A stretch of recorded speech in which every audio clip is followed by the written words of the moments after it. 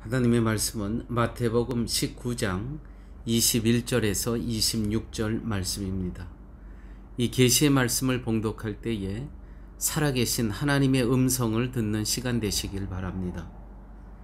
예수께서 가라사대 내가 온전하고자 할진대 가서 내 소유를 팔아 가난한 자들을 주라.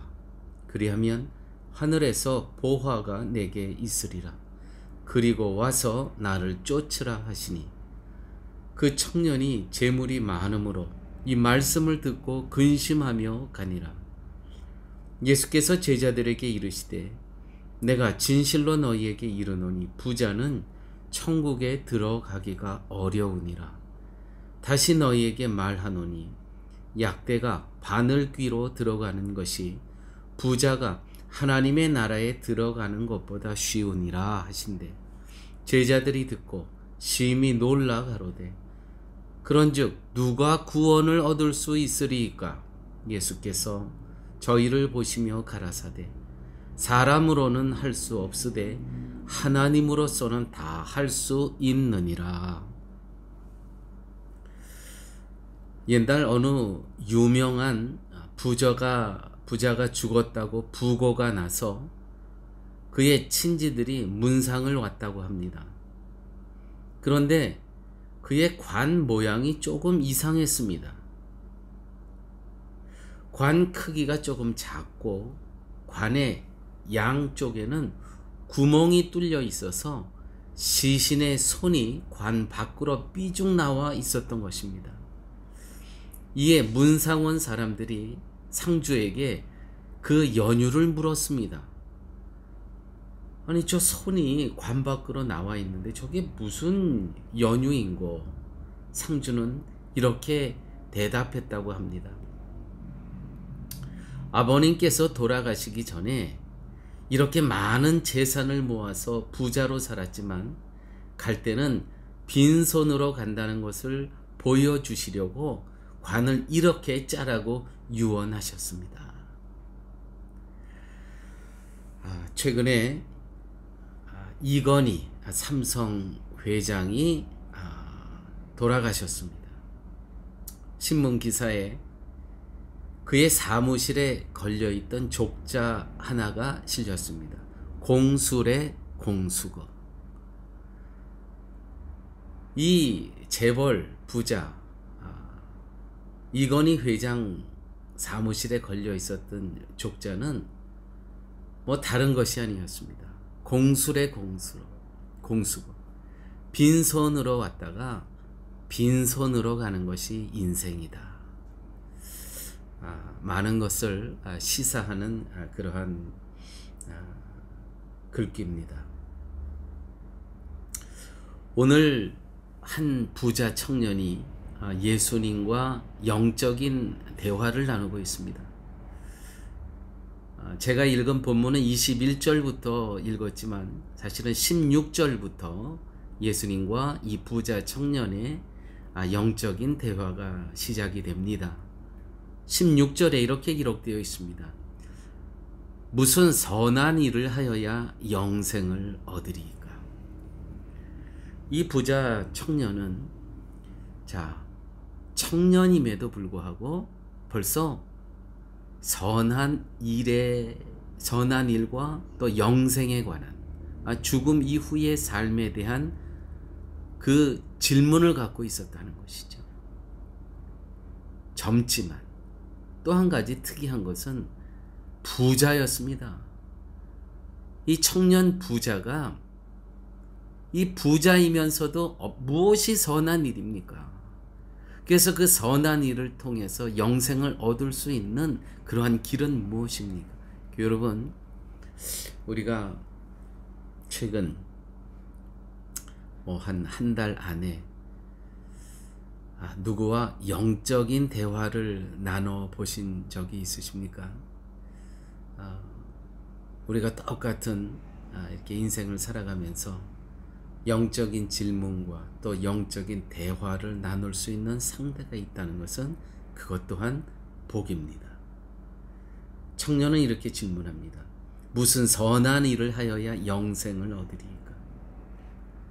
무엇이 선한 일이고 무엇이 악한 일인지 지금 이 선생님에게, 예수님에게 와서 묻는 겁니다.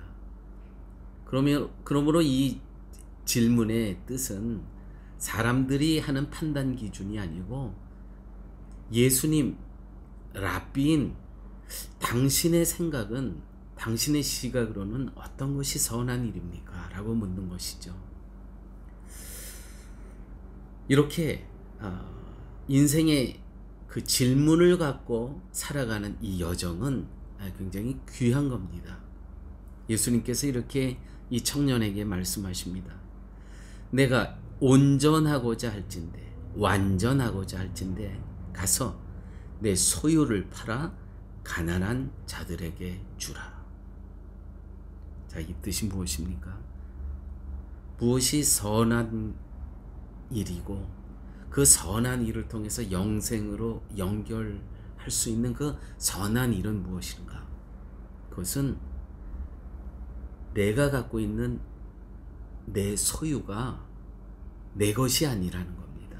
거기에 주인이 따로 있다는 겁니다. 그 주인이 지금 이야기를 하는데 이것을 팔아 가난한 자들에게 주라. 가난한 자들을 주라. 여러분,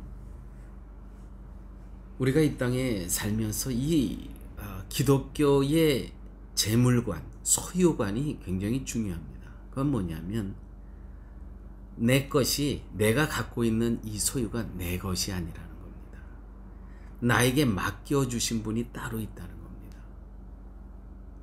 우리는 이 성도로 살아가면서도요, 내 소유를, 내가 지금 있는 이 장고며 이 땅 문서며 내가 갖고 있는 또 이 가족의 관계며 이 모든 것들이 내 것이라고 여깁니다. 그런데 예수님은 오늘 분명히 말씀하고 계십니다. 내 소유를 팔아 가난한 자들에게 주라. 그리하면 하늘의 보화가 내게 있으리라. 왜요? 내 것을 내 것으로 여기지 않는 거예요. 선한 일이 여기서부터 시작이 되고요. 이 일을 통해서 영생까지 연결이 된다는 겁니다. 그 청년이요, 어떻게 반응을 하냐 하면 가진 것이 많음으로, 오늘 성경에 그렇게 기록되어 있습니다. 그 청년이 재물이 많음으로 그 말씀을 듣고 근심하며 가니라. 근심하며 가니라. 혹시 오늘 이 예수님의 말씀을 듣고 이 청년처럼 근심하시는 성도님 계십니까? 우리 교회는 그렇게 큰 부자는 안 계신 것이 참 다행입니다. 제가 한 선교사님을 아는데 그분은 30여 년 전에 정말 가난한 선교사셨습니다. 근데 자기가 갖고 있는 거는 제대로 땅을 구입해서 선교센터를 지을 수도 없고, 또 그분의 꿈이 학교, 크리스찬 학교를 세우는 것이었는데 그 꿈을 이룰 수가 없었습니다. 그래서 그래도 교회는 지으셔야 되기 때문에 정말 아무도 그냥 공짜로 가져가라 그래도 가져가지 못하는 그런 아주 버려진 땅, 그래도 미래를 생각하면서 좀 큰 땅이지만 아주 헐값에 구입을 하셨습니다. 그런데 30여 년이 지난 지금에 보면은요, 금싸라기 땅입니다. 금싸라기 땅. 아마 선교사님들이 갖고 계신 그 선교지 중에서 가장 비싼 땅이 된 것 같습니다.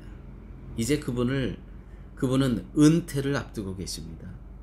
사람들이 그분에게 이렇게 얘기를 합니다. 선교사님 좋으시겠습니다. 땅값이 어마어마하게 올랐습니다. 이 선교사님이 이렇게 말씀하시더라고요. 아니 내가 갖고 갈 것도 아닌데 내가 뭐가 좋겠습니까? 네, 맞습니다. 다 놓고 가는 겁니다.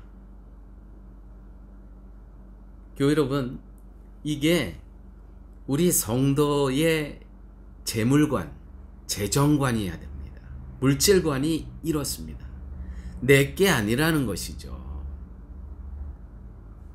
오늘 예수님께서 이 청년, 무엇을 하여야 선한 일이 도대체 무엇이며 무엇을 하여야 영생을 얻으리이까? 예수께서 가라사대 내가 온전하고자 할진대 가서 내 소유를 팔아 가난한 자들을 주라. 그리하면 하늘에서 보화가 내게 있으리라. 마태복음 5장 3절의 말씀입니다. 심령이 가난한 자는 복이 있나니 천국이 저희 것이며.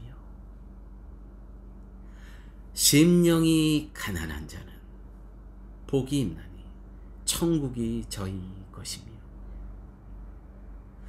심령이 가난한 자란 뜻은 모든 소유를 내 것으로 여기지 않는다는 겁니다. 이거 다 내 거 아닙니다.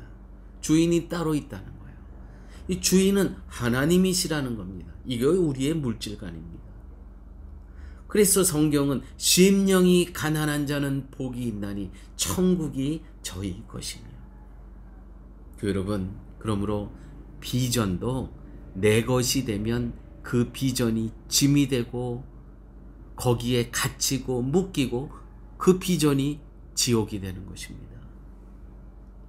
우리의 비전은 가난해야 됩니다. 다시 말씀드려서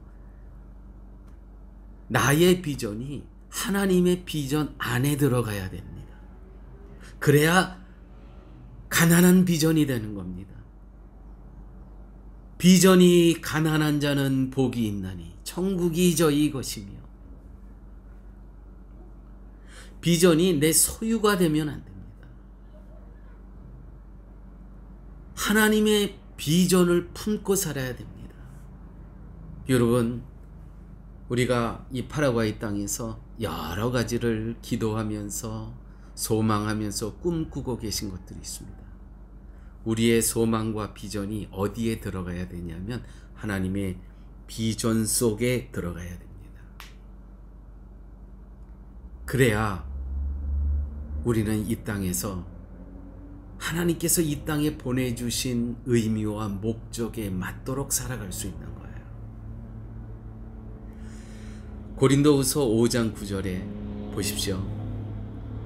이 바울이 얼마나 가난한 선교사적 그 의식이 있었는지. 그런즉 우리는 거하든지 떠나든지 주를 기쁘시게 하는 자 되기를 힘쓰노라. 하나님의 말씀 고린도후서 5장 9절. 그런즉 우리는 거하든지 또 다른 선교지로 떠나든지 주를 기쁘시게 하는 자 되기를 힘쓰노라. 바울은요, 자기의 비전이 없었어요. 하나님의 비전 속에 들어가 있었습니다. 그래서 바울의 선교는 가난한 선교였습니다. 그 가난한 선교, 이 심령이 가난한 바울을 하나님께서는요, 하나님의 도구로 풍성히 사용하셨다는 것이죠. 여러분, 여러분들의 지금 꿈꾸고 소망하는 것들이 정말 하나님의 비전 속에 들어가서, 이 다른 말로 표현하면 내가 꿈꾸고 소망하고 계획하지 않는 겁니다. 가난한 비전입니다. 그런데 하나님의 그 부요함 속에 다 들어가는 거예요. 그러니까 어떻게 돼? 하늘에 보화가 있을 것이라는 것이죠. 오늘 예수님께서 너무 기가 막힌 말씀을 하십니다. 내가 온전하고자 할진대 가서 내 소유를 팔아 가난한 자를 주라. 가난한 자들을 주면 나는 그만큼 그 소유가 나가는 거 아닙니까? 그러면 가난해진 거 아닙니까?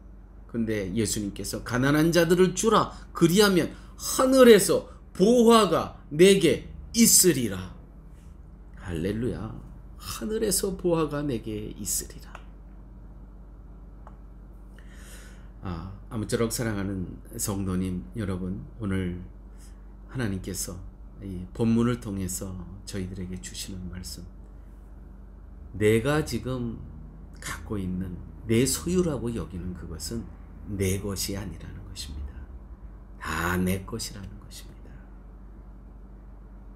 그러므로 우리의 모든 내가 이 소유를 갖고 무엇을 꿈꾸고 소망하고 계획하고 하는 내 꿈은 적고 하나님의 비전 속으로 들어가라는 거예요.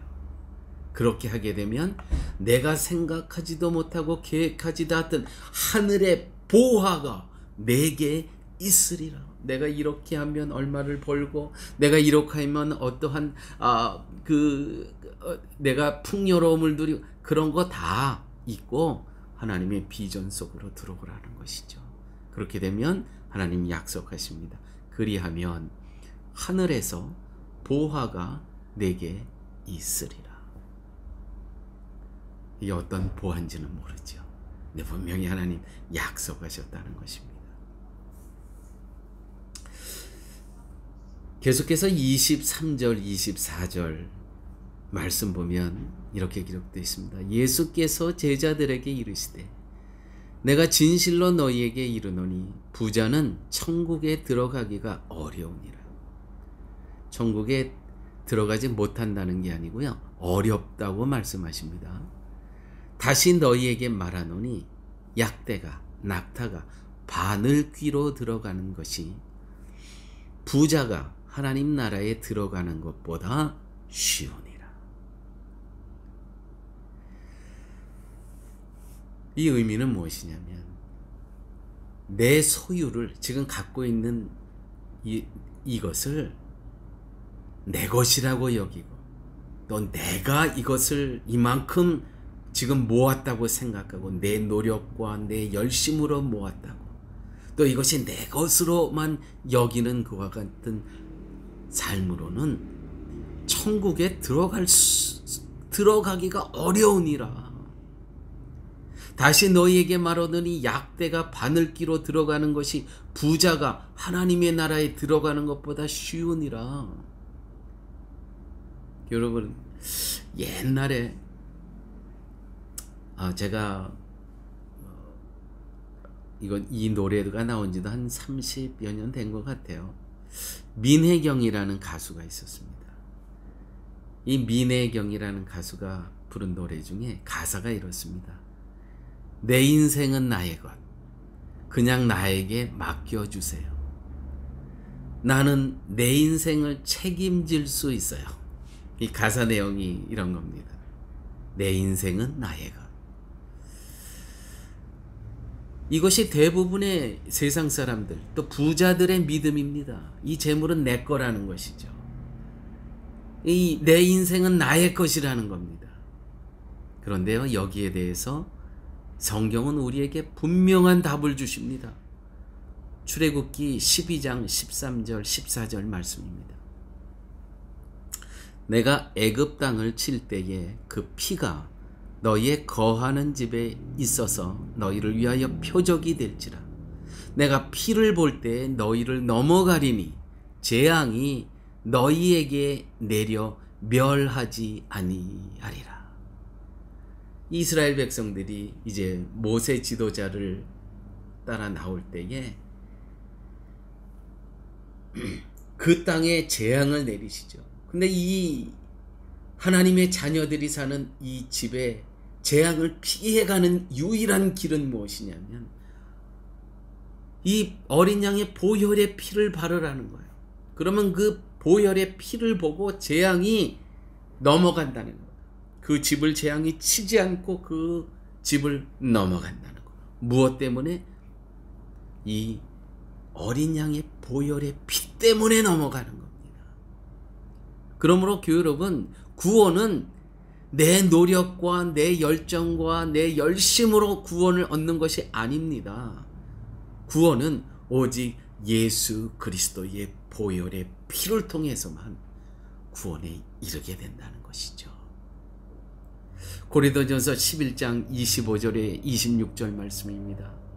예수님께서 이제 십자가 지시기 전에 이 잔은 내 피로 세운 새 언약이니 이것을 행하여 마실 때마다 나를 기념하라, 기억하라 하셨으니 너희가 이 떡을 먹으며 이 잔을 마실 때마다 주의 죽으심을 오실 때까지 전하는 것이니라.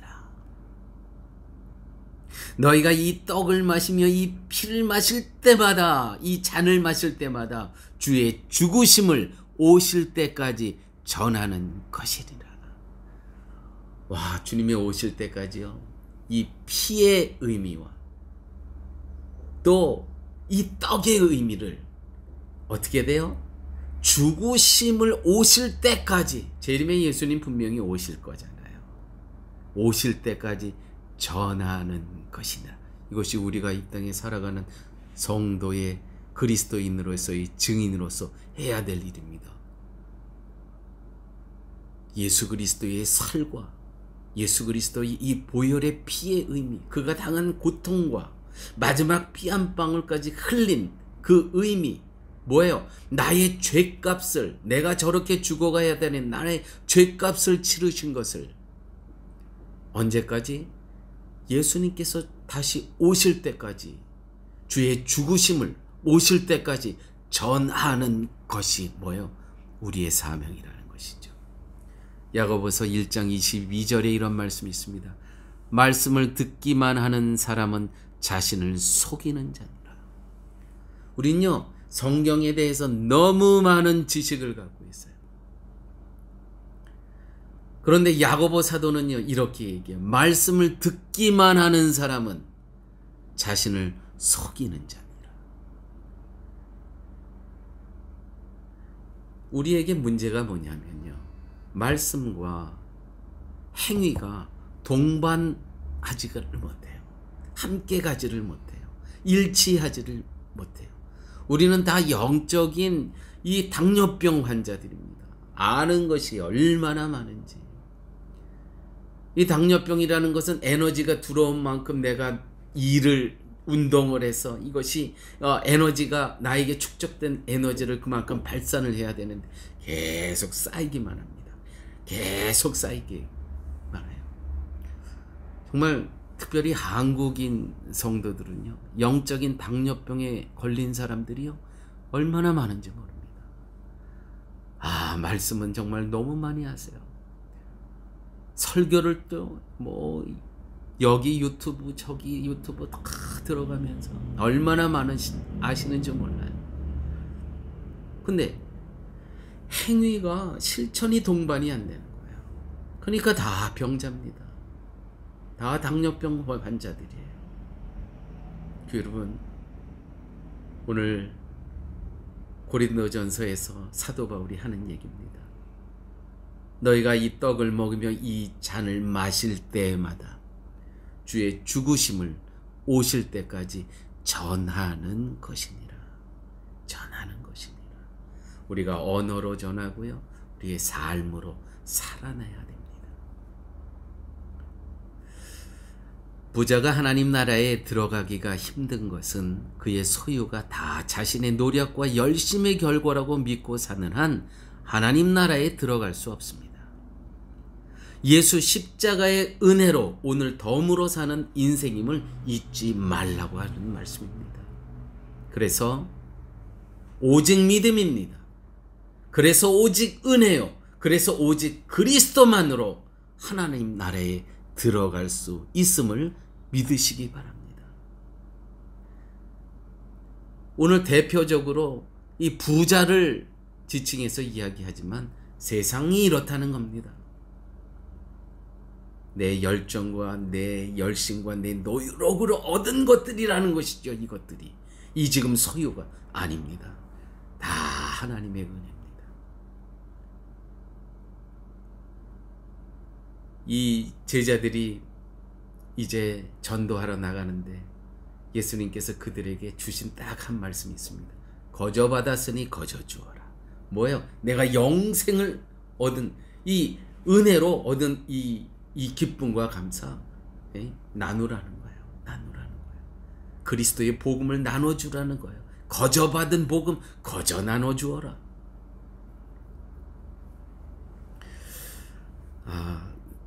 여러분, 우리 신앙생활 하면서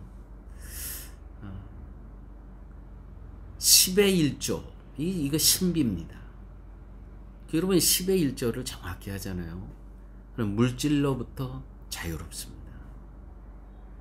내가 10의 1조를 정확히 하잖아요. 욕망으로부터 자유합니다. 또 10의 1조를 온전히 할진대 이건 정말 신비입니다. 물질로부터 담대해집니다. 이 부분이 굉장히 중요한 거예요. 담대해집니다. 물질에 이게 물질을 우리가 쫓아가는 것이 아니고요. 이 10의 1조를 하는 사람들의 특징은 물질이 따라오게 하는 거예요. 물질이 따라오게. 락펠러 정말 부자 중에 부자죠. 그 사람의 재산은 지금으로 환산하면 한 500조 된다 그래요. 500조. 그때 당시에. 이분이 1938년도에 98세에 돌아가시더라고요. 근데 이분이 얼마만큼 이 11조에 대해서 온전했냐 하면 이 11조만 계산하는 CPA 재정관리자가 수십 명에 이르렀대요. 이것만 12일조만 관리하는 그때 당시에 이 사람이 58세에 이런 일이 있었습니다. 의사에게 갔는데 이제 죽음을 준비해야 될 것 같습니다. 그 이야기를 듣고 하나님 앞에 이렇게 기도를 드렸다고 합니다. 하나님, 저에게 몇 년만 더 기회를 주십시오. 제가 지금까지 다 하지 못한 일 하겠습니다. 1500교의 교회를 세웠다 그래요. 그때 수많은 고아원과 양로원을 세웠다 그래요.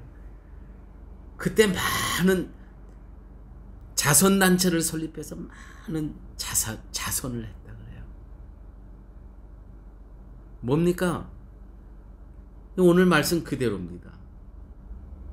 내 소유를 팔아 가난한 자들을 주라. 그리하면 하늘에서 보화가 내게 있으리라. 그리고 와서 나를 쫓으라. 하늘에 보화가 있으리라. 11조의 신비입니다. 내가 이것을 드리면 내가 그만큼 나의 물질이 작아지는 것 같지만 아닙니다. 셈입니다. 계속 솟아나요. 계속. 참 감사한 것은 물질로 담대해진다는 것이죠. 걱정이 안 들어요. 물질에 대한. 이 참 신비로움입니다. 저희 교회가요. 교회 밸런스 제로인 교회입니다. 많이 하나님께서 허락하시면 그 달에 다 선교에 쓰고 밸런스 제로입니다. 참 이것이 너무 감사해요. 또 없으면 없는 대로 그 빈궁함 중에서도요 감사와 기쁨. 아니 없는 중에서도요 저희들 요즘 이웃들을 섬기는 이 사랑 나눔 음식 사역 지난달에는 한 300만 원 적자였습니다. 그런데도요 하나님께서 이 사역을 멈추지 않게 하시도록 하나님께서 또 하나님의 일을 해 가세요. 사랑하는 교회 여러분, 중요한 것은 하나님께서는요 하나님의 일을 해 가십니다. 우리가 없어서 그분이 당신의 일을 중단하시는 경우는 없습니다. 하나님께서는요 하나님 스스로 하나님의 일을 해 가신다는 거예요. 그러므로 중요한 게 있습니다. 신비로운 게 있습니다. 그러므로 우리의 비전이, 우리의 뜻이, 계획이 하나님의 비전과 하나님의 뜻 속에 들어가 있어야 돼요. 그러면은요 그분이요 당신의 일을 해가시는데 우리 것까지 다 풀려지는 거예요. 이거 참 놀라운 신비입니다. 자, 25절 말씀입니다. 제자들이 듣고 심히 놀라 가로되.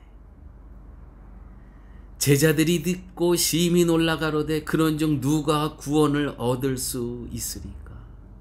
아니, 부자들이 그렇게 천국에 들어가기가 힘들고 낙타가 바늘기 들어가는 것보다 부자들이 들어가기가 더 힘들다고 하면 도대체 누가 구원을 얻을 수 있겠습니까? 예수님께서 저희를 보시며 가라사대 사람으로서는 할 수 없으되 하나님으로서는 다 할 수 있느니라. 다시 한번 예수님께서 저희를 보시며 가라사대 사람으로서는 할 수 없으되 하나님으로서는 다 할 수 있느니라. 맞습니다. 사람 스스로는 구원에 이르지 못합니다. 그래서 예수님께서 우리를 속량하셨고 십자가에서 우리의 죄를 위해서 대가를 치르셨고 성령님을 보내주셔서 그 구원의 역사를 그 성령님으로 말미암아 믿게 하셨습니다. 여러분, 우리가 예수 그리스도의 십자가의 은혜를 믿을 수 있는 것, 와, 이거보다 더 큰 은혜가 어디 있겠습니까? 이 은혜의 진리를 믿으려고 노력을 하고 노력을 해드려도요, 석박사들은요 믿지를 못하는 거예요. 그런데 성령 하나님의 은혜로 이 영생을 주식으로 작정된 자 속에 저희들을 하나님께서 예정해 놓으시고 이 사실을 성령 하나님의 은혜로 믿게 하여 주시는 이 은혜, 그것이 얼마나 감사합니까? 여러분, 내게 능력 주시는 자 안에서 내가 모든 것을 할 수 있느니라. 우리가 이 복음의 이 능력의 말씀을 갖고 이 땅을 살아갑니다. 또 오늘 저희들이 교회에서 첫 8개월 만에 예배를 다시 드렸습니다. 여러분, 전 정말 감동적이에요. 오늘 마지막으로 하나님께서 저희에게 말씀을 마치며 주신 말씀, 내게 능력 주시는 자 안에서 모든 것을 할 수 있느니라. 내게 능력 주시는 자 안에서 고집불통인 나는 저 사람을 용서할 수가 없어요. 그런데 내게 능력 주시는 자 안에서는 나는 모든 것을 할 수 있느니라. 도저히 내가 갖고 있는 이 나라는 사람의 이 성향으로서는 사랑할 수가 없어요. 그러나 내게 능력 주시는 자 안에서 나는 모든 것을 할 수 있느니라. 이렇게 이기심으로 살아왔고 정말 에고가 정말 이 고집불통인 내가 어떻게 희생을 할 수 있겠습니까? 내가 어떻게 먼저 손 내밀 수 있고 내가 어떻게 먼저 내 주머니를 열 수 있고 내가 어떻게 희생을 할 수 있겠습니까? 나를 보면 안 되죠. 내 속에 계신 예수 그리스도, 내게 능력 주시는 자 안에서 모든 것을 할 수 있느니라. 새롭게 시작되는 이 예배당 예배, 또 우리의 새로운 삶의 환경을 통해서 이 말씀, 내게 능력 주시는 자 안에서 나는 모든 것을 할 수 있느니라.